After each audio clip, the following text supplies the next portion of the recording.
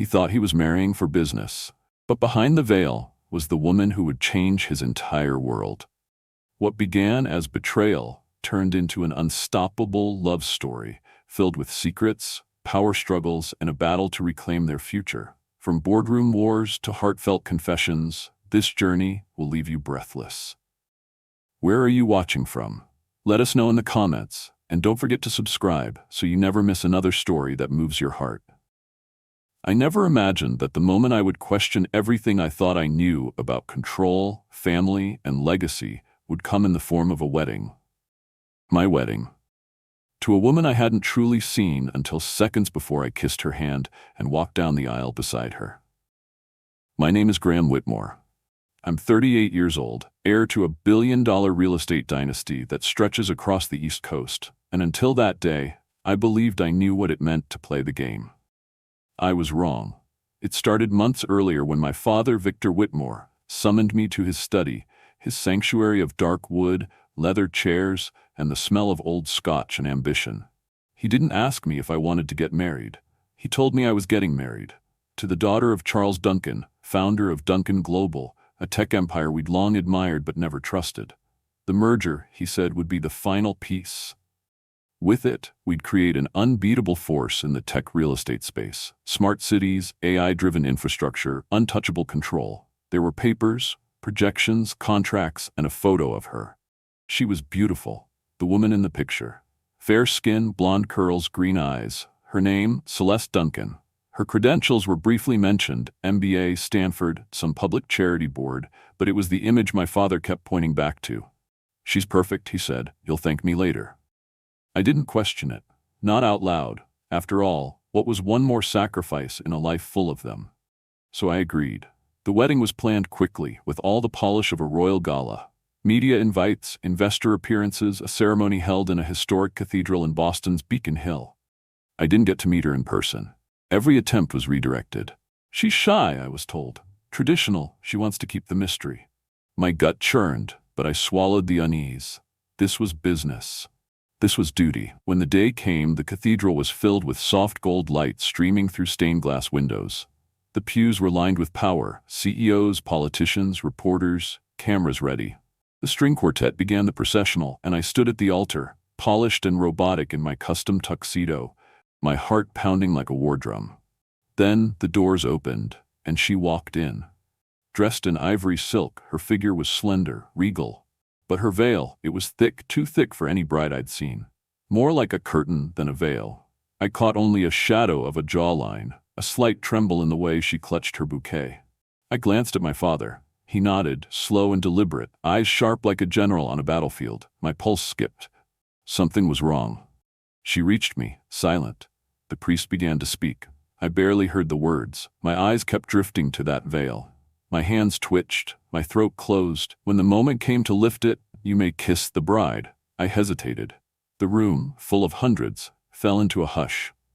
I raised the veil. The breath left my body. She wasn't the woman in the photo. The woman before me had deep, elegant brown skin, soft natural curls beneath a jeweled comb, and eyes. My God, her eyes. Large, almond-shaped, and already glistening with what I could only describe as quiet apology. This wasn't the blonde socialite I was promised. This was someone else entirely.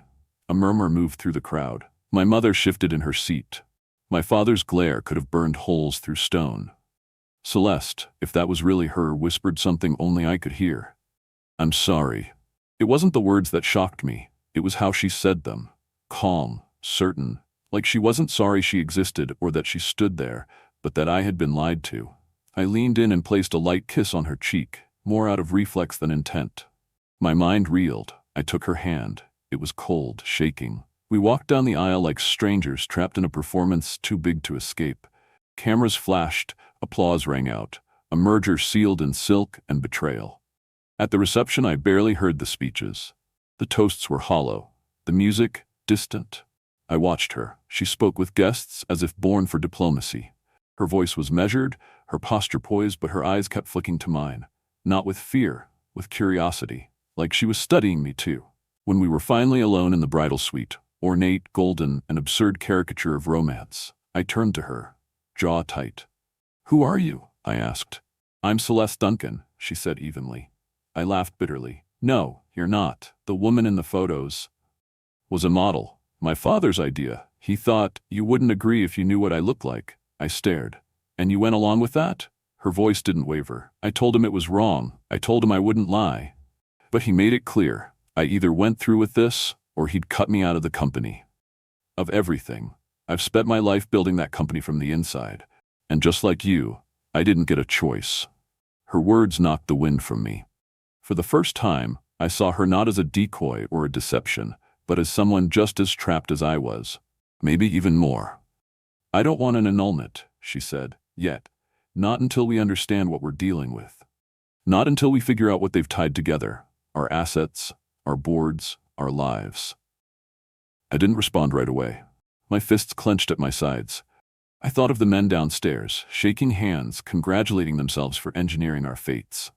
I thought of my father's smug nod, the way he never once doubted I would fall in line. I looked back at her. Celeste. The woman they tried to hide behind a veil. All right, I said, the words stiff in my throat. 2 years. We fake it, for now. A flicker of something passed through her expression. Not relief, not victory, just agreement. And after that? She asked. I shrugged. After that, we tear the whole thing down if we want. Her lips curved slightly. Partners then? I extended my hand. For now. She took it. And that was how it began. Not with love, not even with trust. Just a handshake between two people forced into a lie they hadn't written. But I would come to learn that what I saw under that veil was only the beginning, and that the woman they tried to hide would turn out to be the only one worth truly seeing. Celeste and I didn't speak again until well after midnight. The reception had dragged on for hours. We'd played our parts perfectly, smiling, nodding, pretending to be what everyone wanted us to be. The perfect newlyweds, someone said during the first dance. A merger of beauty and brilliance. Every compliment felt like a jab. Every toast, a joke I wasn't in on. The champagne might as well have been vinegar. When the final guest departed and the orchestral music faded into silence, I found myself standing alone in the grand hallway of the Whitmore estate, still in my tux, the tie loosened, but the knot of tension tighter than ever. The place felt like a museum, marble floors, antique mirrors, oil paintings of dead men who probably made similar deals centuries ago. Celeste came in quietly behind me, her heels whispering against the tile. She'd changed out of her gown, now dressed in a simple silk robe and slippers. Even in that, she held herself like a queen, head high, shoulders strong, like she wouldn't give anyone the satisfaction of seeing her flinch. I turned toward her, arms crossed, not sure where to begin. She didn't wait. I know this isn't what you expected, she said. I almost laughed. That's the understatement of the year. I didn't want this either, she continued, her voice low but unwavering. But it was this, or be erased. Erased? She nodded. Everything I've worked for at Duncan Global, my team, my projects, my stake in the company, my father threatened to take it all if I didn't go through with this marriage. I studied her. There was no tremor in her voice. No apology this time. Just truth, and something else. Steel. Why, I asked. Why would he go so far? She hesitated. Because I'm not the daughter he imagined presenting to the world. Because I'm not palatable to men like your father. Too dark, too outspoken, too unwilling to be handled. There was a silence between us then, heavy, loaded with meaning. I thought of the photos my father had shown me. The blonde-haired woman with flawless skin and that soulless smile. I thought of my own reaction at the altar, how quick I'd been to feel humiliated. How I'd assumed I'd been the one deceived, the one victimized. But now, in the cold clarity of this moment, I realized I hadn't even considered what she might have lost. They gave me a script too, I admitted finally. They told me you were a rising star in the PR department, that you were beautiful, educated, perfect. But they didn't say anything about you running an entire division, or having degrees from MIT. Her eyebrows raised. They left out the part where I'm head of AI development? They made you sound ornamental. She gave a bitter smile. Typical. I motioned for us to sit by the fireplace. The flames were low, just embers now. I poured us both a glass of scotch from the crystal decanter on the bar, one of the few things in the house that felt human. I don't want to be here, I said, sliding her the glass. In this mess, in this farce. Neither do I, she said, taking a sip. But if we leave it now, they win. They'll write our story. They'll shape the narrative. How the merger failed because of us. How the next generation couldn't handle leadership. They'll fold my team into your father's R&D department and sell it off within a year. Everything I've built will be gone.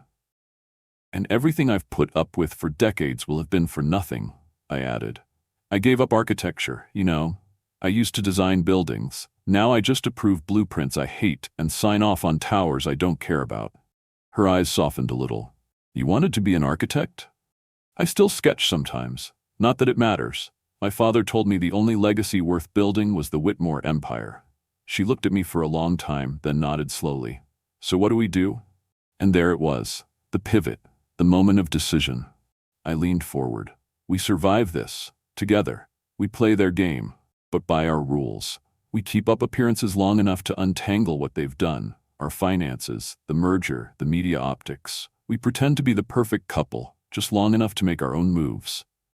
Fake it for 2 years, she said carefully. 2 years. That's long enough for the markets to stabilize, for us to build something new. Maybe even burn it all down if we want to. And after that, I shrugged, we dissolve the marriage, cleanly, no mess, just freedom. She studied me, swirling the amber liquid in her glass. No expectations? She asked. None. No strings? Only the ones we tie ourselves. She extended her hand. Then it's a deal. We shook on it. And that was how the pact began. Not in romance or seduction, not in moonlight or magic, but in the sober quiet of a cold estate, two strangers caught in a net, choosing to untangle it on their own terms. We agreed on everything. Separate bedrooms, separate workspaces, shared public appearances. We even outlined contingencies for interviews, charity events, family visits. She was meticulous, strategic, impressive. And when she left that night to sleep in the East Wing, her steps fading down the hallway, I realized that for the first time in a long time, I respected someone without knowing exactly why. As I lay on the couch by the fire, staring up at the ornate ceiling, a thought kept circling my mind. They'd wanted a pawn, a silent bride, a soft-spoken asset. What they got was a warrior. And I, for better or worse, had just made a deal with her. For the first few weeks, we were actors in an intricate play, our lines memorized, our smiles polished. Celeste and I became experts at the almost touch. Almost affectionate. Almost warm. Just enough chemistry to fool the press, investors, and the vultures waiting to feast on cracks in the merger. But behind the smiles and hand-holding, we operated with machine-like precision. She had moved into the penthouse with me 3 days after the wedding. Technically, the place belonged to my family, perched atop Whitmore Tower with floor-to-ceiling views of the city and a silence so vast it echoed. I offered her the larger guest suite. She took it without comment, claiming it within hours. Books stacked neatly, laptop open, workspace arranged with that exacting efficiency I would come to admire. We didn't speak much unless we had to. A morning nod over coffee, a shared glance in the elevator, coordinated outfits for media appearances. We were married in name, roommates in practice, and distant satellites in soul. Or so I thought. It was the investors' luncheon where I first saw the cracks.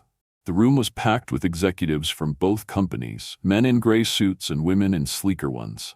I was seated at the head of the long mahogany table, next to my father and Celeste, who wore a pale blue blazer and a look of complete calm. The luncheon was supposed to be a formality, small talk, numbers on a screen, toasts, boring, predictable, safe, until an older board member from my side, a man named George Templeton, who'd made millions off Whitmore commercial properties, leaned forward and said with a thin smile, "Mrs. Whitmore, what's your opinion on Duncan Tech's assistive AI program? Surely your background in PR doesn't cover that." The slight pause in the room was deafening. Celeste didn't blink. She set down her water glass, folded her hands and said, "Actually, I hold a dual degree in electrical engineering and artificial intelligence from MIT. I've been the lead developer on that program since its inception.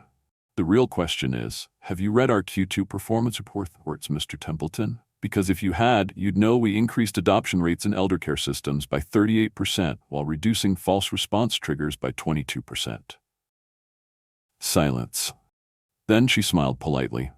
"But if you prefer a presentation, I can send over the executive summary, color-coded, in large print." Laughter broke out down the table, nervous, surprised. I couldn't help it. I stared at her.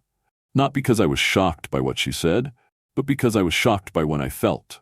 Pride, real, unexpected pride. After the luncheon, as the investors filed out, I approached her in the elevator. "You didn't have to embarrass him that much," I said. She smirked. "Didn't I, though?" I laughed, and I realized for the first time how rare that sound had become in my life. That night, we shared a bottle of wine in the lounge area, not because we needed to, because we wanted to. The view outside was dusk-painted and golden. She sat curled on the sofa, legs tucked under her, scrolling through emails on her tablet. I sat across from her, sketchbook in hand, doing what I rarely allowed myself to do, draw for pleasure. She glanced at the page. "That's beautiful," she said. I shrugged. "Just a concept. A building I imagined years ago, before all this. Why didn't you pursue it?" "My father." I paused. "He said artists don't build empires." She looked at me then, soft and curious. Maybe empires aren't the only thing worth building. And just like that, the distance between us shifted. Not closed, but narrowed. In the weeks that followed, our roles began to blur. We still played the public game, of course. Graceful exits from events, choreographed photo ops, interviews where we finished each other's sentences with rehearsed charm. But behind the scenes, something was changing. We started eating dinner together more often, discussing strategy like partners, not prisoners. She'd show me her latest R&D reports, and I'd give her feedback on user interface designs for my own sketches.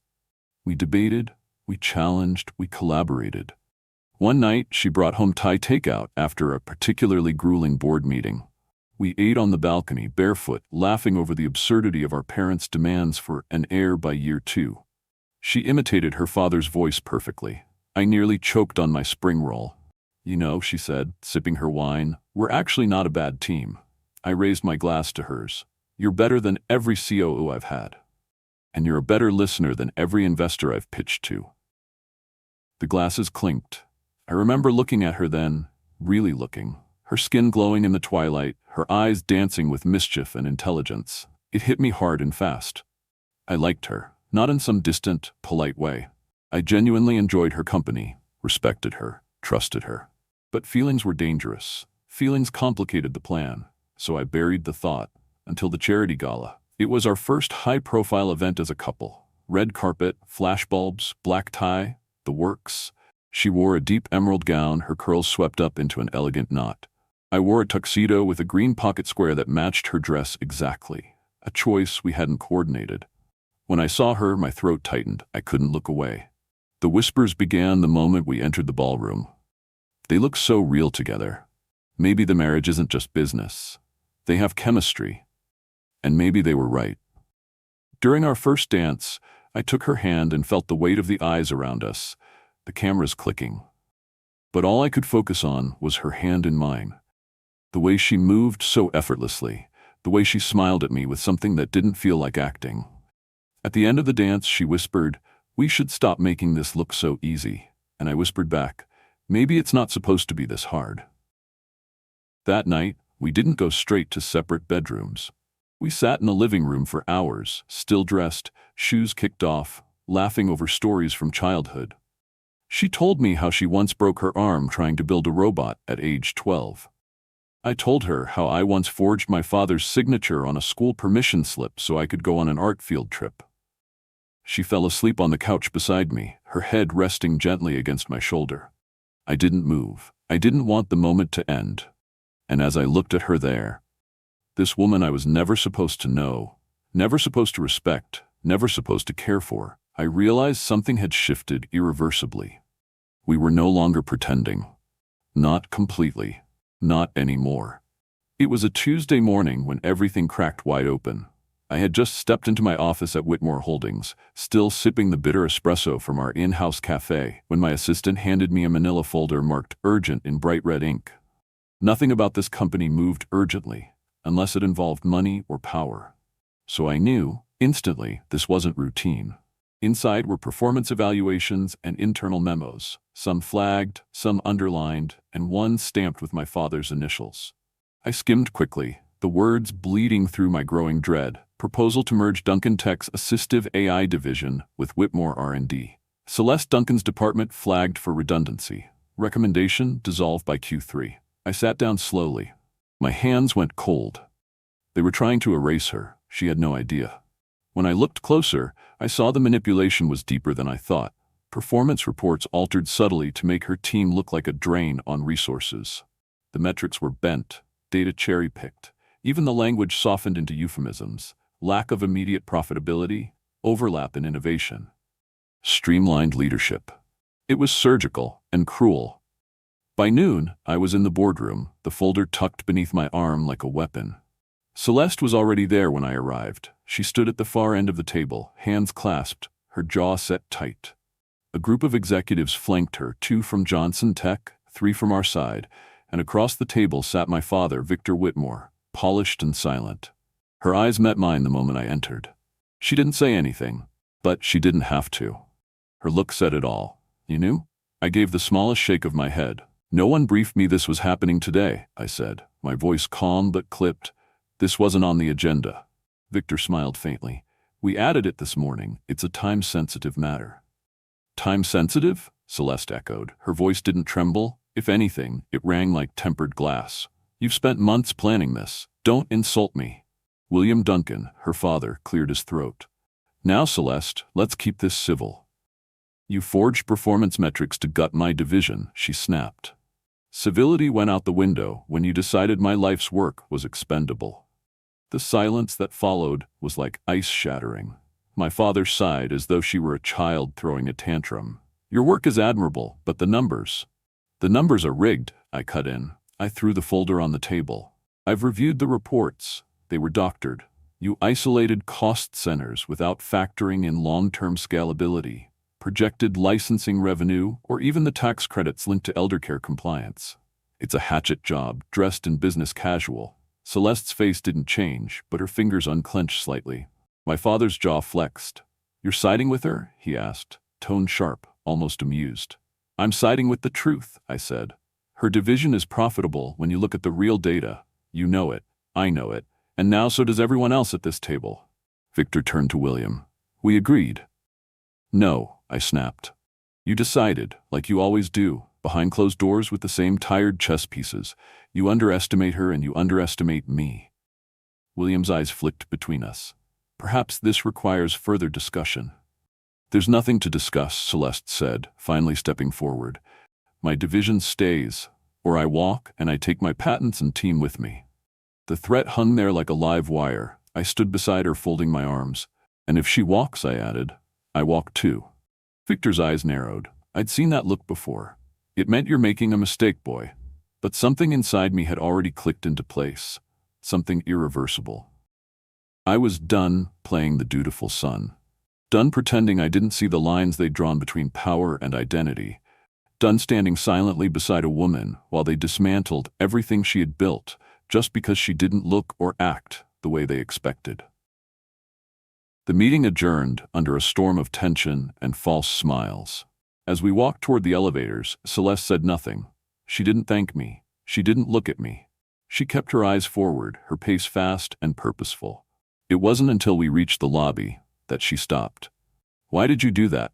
She asked. I blinked. Because it was wrong. That's not why. I hesitated. Because I meant it when I said we were partners. You didn't deserve to be blindsided. She studied me carefully, like she was searching for cracks. And then, softer, I thought you might stay quiet. Most men would have. I'm not most men.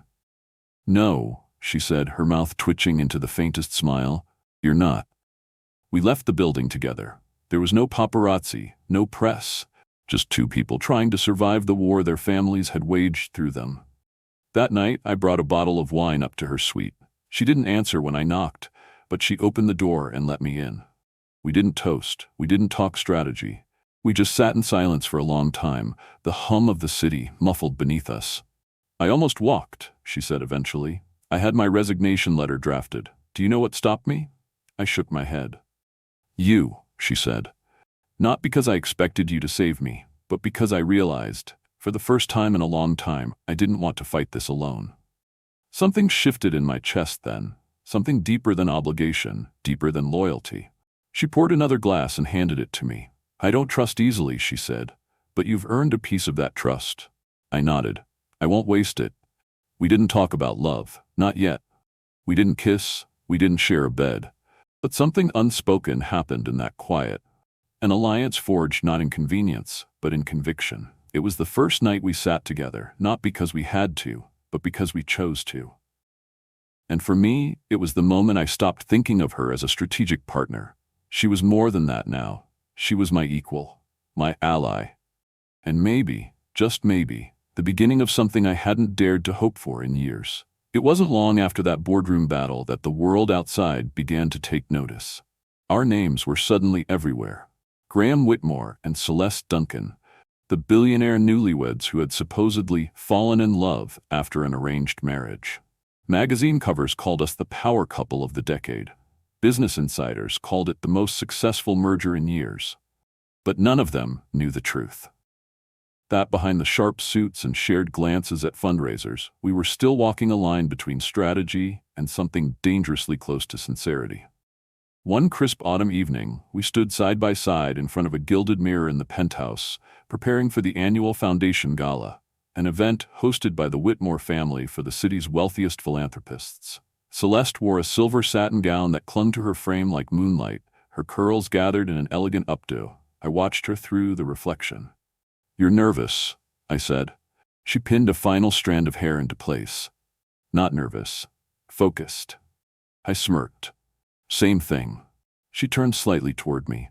"It's my first event where both families will be present." "You mean our parents?" I asked dryly. She gave me a look. "Let's not pretend the word parents implies warmth."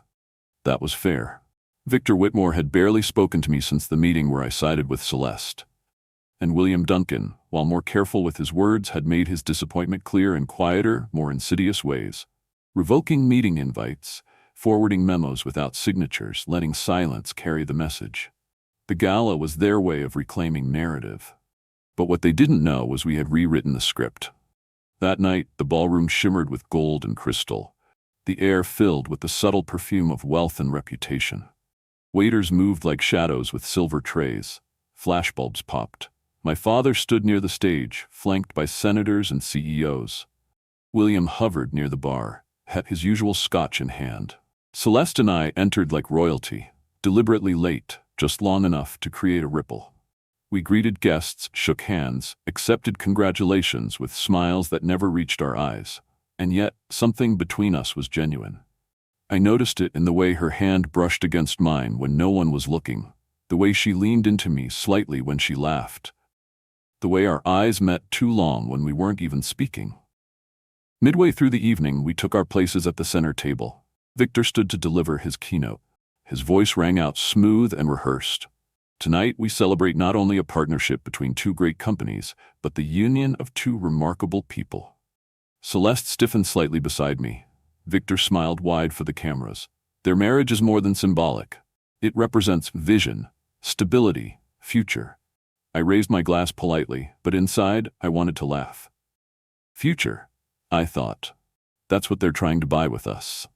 But when it was Celeste's turn to speak, she rose slowly, commanding the room with a grace no one could have faked. "My husband and I," she began, "didn't meet under the usual circumstances." A ripple of amusement moved through the crowd. "But what we found in each other," she continued, "was not just common ground, but shared purpose. We both inherited legacies that were scripted before we were born. Tonight, we stand here not just as the result of a merger, but as the architects of a new vision. One that values innovation, integrity, and most importantly, truth." That word hung in the air like thunder. I could see Victor's jaw tighten. William's brow twitched. Celeste smiled warmly, turning to me. "Graham, I didn't expect to find a partner when I said I do, but I did, and for that, I'm grateful." I stood, gently clinking my glass to hers. "And I said, have never been prouder to share a name or a future." Applause rang out. The cameras caught every angle. But in that moment, as I looked into her eyes, I wasn't thinking about publicity, I was thinking about the truth.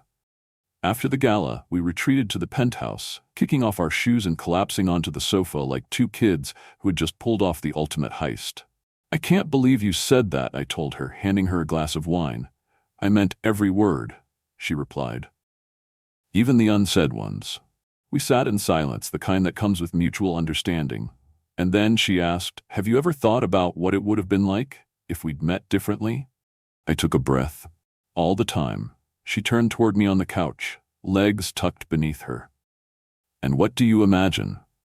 "That we'd still argue," I said with a grin. "But I'd have asked you out anyway, and you'd have said no the first time." She laughed. "Probably. And then I'd have shown up at your office with coffee and some excuse about AI integration. That would have worked. I'd have figured it out eventually." She set her glass down and looked at me, really looked. "Graham, are we still pretending?" My chest tightened. "I don't know anymore." "I think about you," she said softly.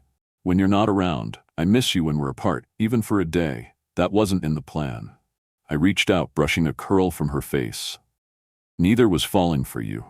The silence between us was electric, but it wasn't empty. It was full of something dangerous, something real. We didn't kiss. Not yet. But something passed between us in that quiet moment, an unspoken surrender. A recognition that what had started as a lie had evolved into something more sacred. Something earned. Later that night, in our separate bedrooms, I lay awake, staring at the ceiling. I couldn't stop replaying her speech, the sound of her voice, the way she'd looked at me like I was more than just a name on a contract. She had called me her partner. And it wasn't just for show. That was the night I understood something terrifying and wonderful. I didn't want our deal to expire. I wanted us to choose each other, not just for strategy, but for everything. The storm came 2 weeks later. Not a metaphorical one, though that would come, too, but a literal downpour that arrived as Celeste and I were preparing for a weekend retreat. We had decided, or maybe silently agreed, that we needed space from the city, from the boardrooms, from the relentless expectations pressing down on us like lead. She had just closed her laptop, sighing after another contentious video call with Duncan Tech's financial team, when the first rumble of thunder rolled over the skyline. "Still want to drive to the cabin in this?" I asked, glancing toward the wall of windows where rain now streaked in diagonal sheets. Celeste didn't hesitate. "I want to leave more now than I did this morning." So we went. 2 hours northwest, up into the mountains, where the Whitmore family's private retreat sat nestled among tall pines and crooked fences, far from signal towers and unsolicited advice. The SUV wound along the wet roads like a beast slinking through a forest, headlights sweeping over slick asphalt and falling leaves. By the time we reached the cabin, the rain had turned to a steady hiss. The moment we stepped inside, silence wrapped around us like a heavy coat. She dropped her overnight bag by the fireplace. I tossed mine near the door and lit the gas flame. For a while, we didn't say much. She changed into a soft sweater and leggings. I pulled on a hoodie and opened a bottle of wine. The space between us was comfortable, unchoreographed. No stage to perform on, no photographers waiting to catch the glint of affection in our eyes. Just us. Later, after dinner, we sat near the fire on the old leather sofa, the storm whispering through the eaves. Celeste curled one leg under her body, cradling a mug of tea. "I used to come to a place like this with my grandfather," she said softly. "It wasn't fancy, just a little shack near a creek. But he taught me how to build a solar heater out of soda cans and glass panes." I smiled. "He sounds like someone I'd have liked." She nodded. "He died when I was 15. After that, it was all about the company. My father wanted legacy. I just wanted to build things that mattered." "You did," I said, watching the firelight dance in her eyes. "You do." She looked at me then with something unreadable behind her expression. "What about you? What did you want before all of this?" I hesitated. "Freedom. I think I confused success with freedom for a long time. But lately, I've started realizing that success without choice feels like a cage with velvet bars." "That's what this marriage was supposed to be," she said. "A cage." "But it's not anymore," I replied, barely above a whisper. She held my gaze, and then the power went out. A sudden pop. Then darkness, save for the fire's glow. We both froze for a second, startled by the quiet hum vanishing into stillness. "Transformer must have blown," I said, standing. Celeste rose with me, already grabbing a flashlight from the shelf. "Well," she said with a smirk, "looks like we'll be roughing it tonight." We lit candles. The cabin transformed from sleek and modern into something older, something intimate. Shadows moved along the walls. The storm outside grew louder, wind pushing at the windows with curious hands. After a while, we settled back on the couch, blankets over our laps, the wine now half gone. "I was scared of you at first," she confessed suddenly. I blinked. "Not of you personally," she clarified, "of what you represented. Another man who'd look at me and only see the difference. My skin, my ambition, my unwillingness to smile when I didn't feel like it." I said nothing. I didn't interrupt. "But then you stood up for me. Not because it made you look good, not because it was strategic, but because it was right. That scared me more." "Why?" "Because I started hoping." Her voice cracked just slightly. "And hoping makes you vulnerable." The air between us shifted again. Not with tension, but with invitation, with understanding. I reached out, gently brushing my fingers against hers. "I never wanted this to happen like it did," I said. "But if it had to happen, I'm grateful it happened with you." She looked at our hands, then back at me. "I think I want to stop pretending," she said so quietly it could have been a thought spoken aloud. "Me too." And that was it. The veil dropped. I leaned forward, and this time, when our lips met, it wasn't strategic. It wasn't designed. It wasn't staged for the cameras or the press. It was honest. A slow, aching, tender kind of honesty that wrapped around the ribs and stayed there. When we finally pulled apart, her forehead rested against mine. "So what does this mean?" she asked. "It means," I said, "we write a new contract. One with feeling. One with risk. And maybe," she added, "one with a little room for love." We slept in the same bed that night. Not for the headlines, not for the merger, but because it finally felt right. And in the morning, when I woke with her nestled against my chest and the storm long gone, I realized something profound. The cabin, once a place I escaped to, had become a place where I arrived, where we had arrived, together. The morning sunlight spilled through the wide bedroom windows of the cabin like a gentle promise. Celeste stirred beside me, still wrapped in the blanket, her hand resting lightly on my chest as if it had always belonged there. For the first time in months, maybe years, I didn't wake up with a mental checklist of meetings, deals, or defensive moves. I just breathed her in, her warmth against me, the faint scent of lavender in her hair, the rhythmic rise and fall of her breath. Everything had changed. It hadn't been a grand declaration or dramatic turning point. It had been slow, quiet, honest. The kind of transformation that doesn't shout but stays. Celeste blinked her eyes open and looked up at me with a sleepy smile. "Good morning, husband." That word no longer sounded like a corporate title. It felt personal, real. "Morning, wife," I replied, brushing a strand of hair from her cheek. We lay there for a while, just letting time stretch out between us without urgency. Eventually, we made our way to the small kitchen, still barefoot and wrapped in sweaters. She brewed the coffee. I scrambled the eggs.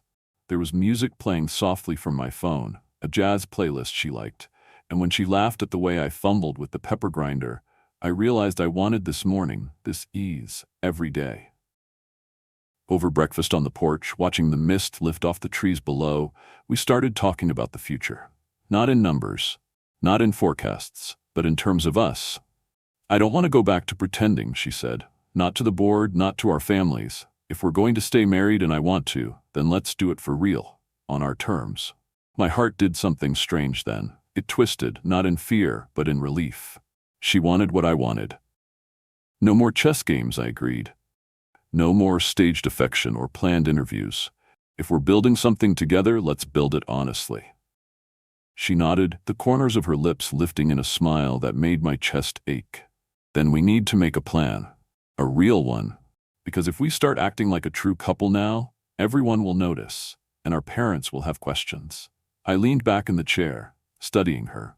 "So we control the narrative. We tell them that after months of partnership, we fell in love. Gradually. Unexpectedly. Like any real relationship." Her eyes sparkled. "They'll buy it, especially if they think it makes the merger even stronger." "They'll think they orchestrated it all," I added. "Let them," she said.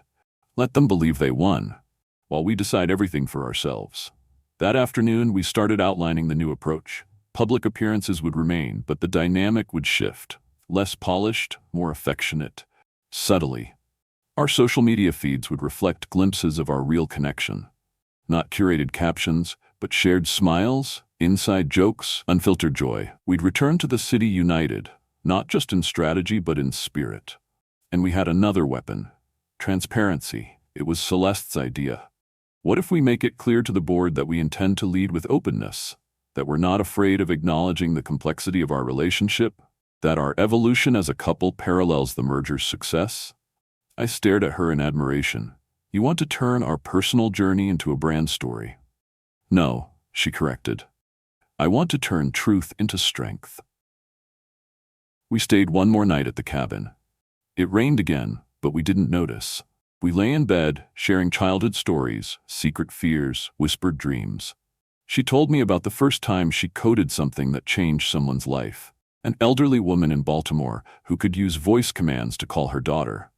I told her about the notebook I'd kept since I was 12, filled with blueprints of buildings I'd never shown anyone. In the morning, I showed her the studio attached to the cabin.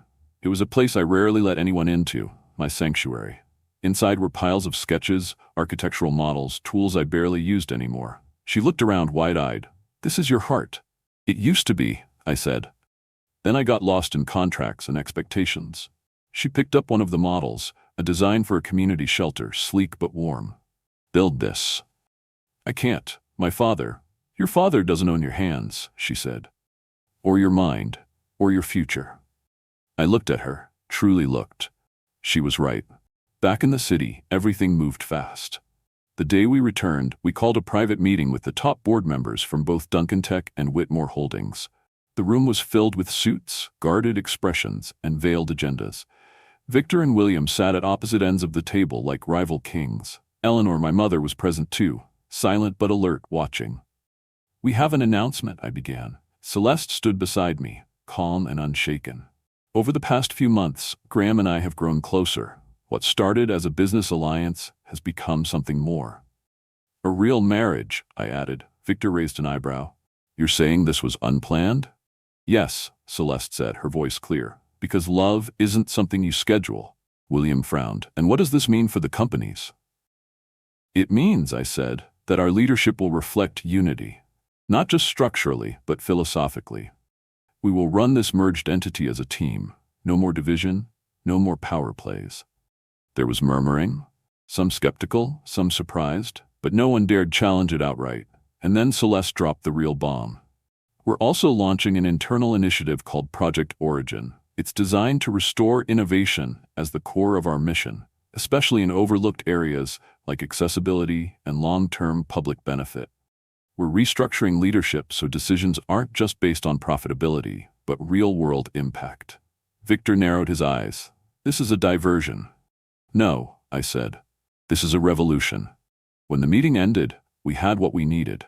Approval for the initiative, support for a joint public statement about our marriage, and the green light to begin reshaping the culture of both companies. Back in the penthouse, we opened a bottle of champagne. Not because we had fooled anyone, but because we hadn't. We had been honest, and it had worked. Later that night, as we lay in bed beneath the city's twinkling lights, Celeste whispered, "Do you think this will last?" I turned to her. The company? No, us. I reached for her hand, lacing our fingers together. I think we just laid the foundation. And this time, we weren't building for someone else. We were building for us. It had been almost a year since our wedding, the day I'd stood at the altar and lifted a veil, expecting a stranger, only to meet the eyes of a woman who would change everything I thought I knew about love, loyalty, and power. Now, as I stood beside Celeste on the rooftop terrace of our newly inaugurated Stone & Duncan Innovations headquarters, I could feel the weight of every decision we'd made pressing gently into my spine like the sun on my shoulders. Below us, the city buzzed with quiet energy, unaware that within the next hour, we were about to rewrite corporate history once again. Celeste adjusted the gold pin on her emerald blazer, the one that shimmered like the leaves outside our mountain cabin in the fall. She looked radiant, calm, yet focused, just as she had the first day she presented her vision to the board. Except this time, she wasn't just defending her work, she was unveiling the future. "Are you ready?" I asked, brushing my hand gently against hers. She nodded, her fingers squeezing mine in silent confidence. "I've been ready since the day they tried to erase my work and call it optimization," I smiled. "Let's give them something to remember." Inside the press room, the media had already gathered. Investors, analysts, reporters. They weren't here just for a quarterly update. They were here for what we'd teased in the last shareholder letter. A new direction, a new mission, a unified legacy built on innovation, truth, and trust. Celeste took the podium first. She didn't speak from a script. She never did. "Good afternoon," she began, her voice steady and bright. "When Graham and I first stood together in front of the world as newlyweds, most of you assumed it was for show, a merger dressed in tulle and diamonds. But what you didn't see, what even we didn't expect, was that somewhere along the way, partnership became something more." The room hushed. She glanced at me for half a second before continuing. "We stand here today as co-founders of Stone and Duncan Innovations, not as two halves of old empires, but as leaders of a shared dream.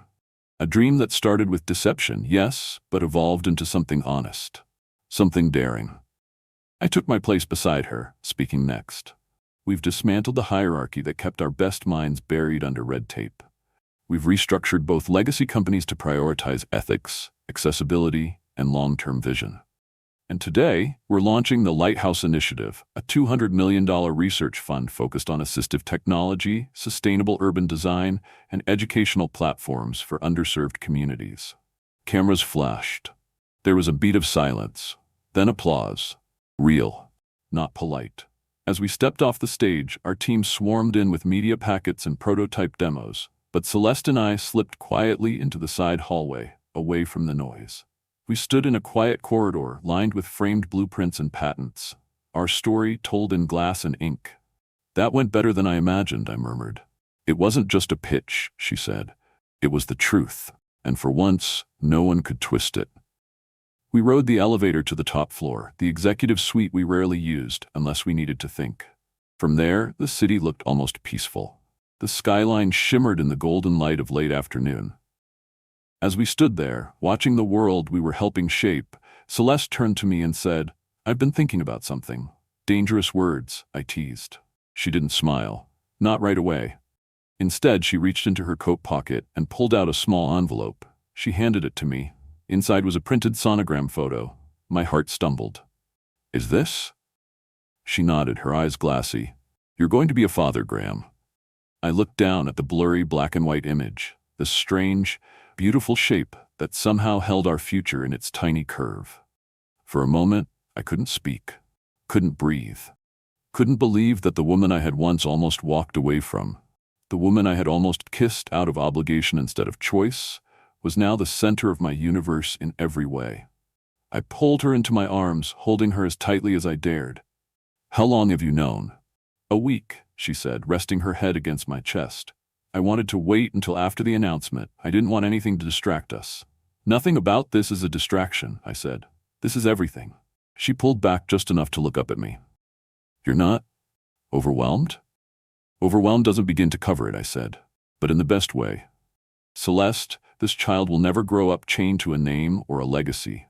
We'll give them freedom. We'll give them choice." She smiled. "And love?" "All of it." That night, we celebrated on the rooftop garden of our building, just the two of us. No press, no board members, no shareholders. Just candlelight, soft music, and the quiet awe of knowing something extraordinary had taken root between us. She wore a flowing navy dress, one hand resting absently on her stomach. I cooked dinner myself, grilled vegetables, lemon herb chicken, the risotto she liked but always said was too fussy to make. As we ate, she looked out over the city and said, "You know, this baby, they'll be the first legacy we build from scratch." I nodded. "No old money, no boardroom strings, just us, our love, our decisions." She turned back to me. "I never thought I'd say this, but I'm glad our parents forced that wedding." I laughed. "Me too, though I still owe your father a stern conversation about fake photographs." She chuckled. "That's one confrontation I'd pay to see." We stayed on the roof until late, talking about names, the nursery, what kind of childhood we wanted to give. One filled with art, science, curiosity, not just privilege, not just pressure. And when we finally curled up in bed that night, Celeste tucked against me and her hand on mine, I knew something for certain. What started as a contract had become a covenant.